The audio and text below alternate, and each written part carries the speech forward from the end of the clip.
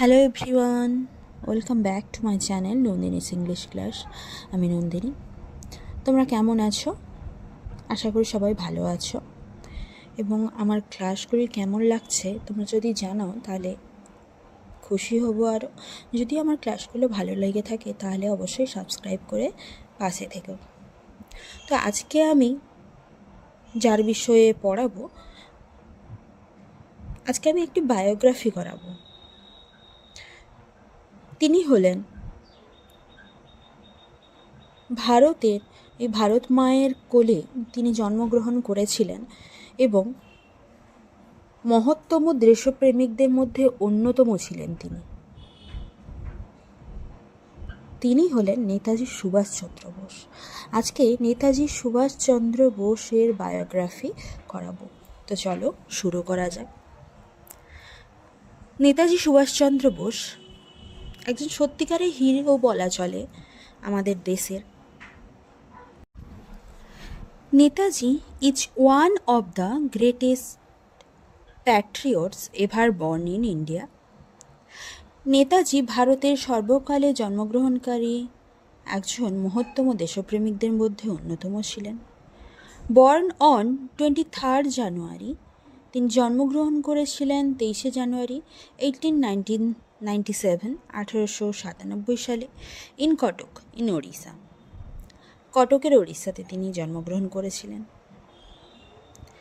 He completed his education from the Presidency college.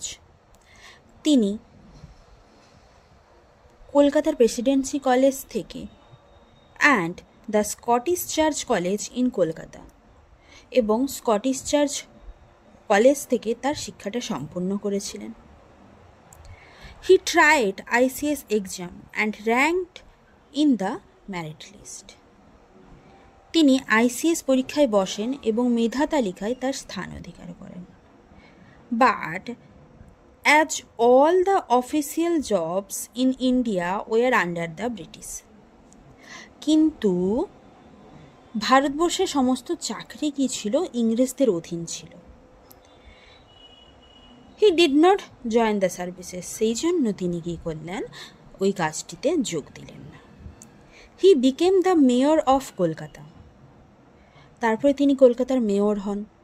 He was elected thrice the president of Indian National Congress, তিনি 3 বার ভারতীয় জাতীয় কংগ্রেসের সভাপতি নির্বাচিত হন। He escape in Germany and Japan to organise freedom movement, তিনি চলে গেছিলেন স্বাধীনতা আন্দোলন সংগঠিত করার জন্য। তিনি ভারত ছেড়ে জার্মানি এবং জাপানে গেছিলেন তিনি। He formed the Indian National Army and declare war against the British, তিনি ভারতের জাতীয় বাহিনী গঠন করেন এবং ইংরেজদের বিরুদ্ধে যুদ্ধ ঘোষণা করেন। He was called Netaji by the soldiers out of love and honor. ভালোবাসা এবং শ্রদ্ধায় সৈন্যরা তাকে নেতাজি বলে ডাকতেন। His death is a mystery until now. তার মৃত্যুটা আমাদের কাছে আজও একটা রহস্যজনক।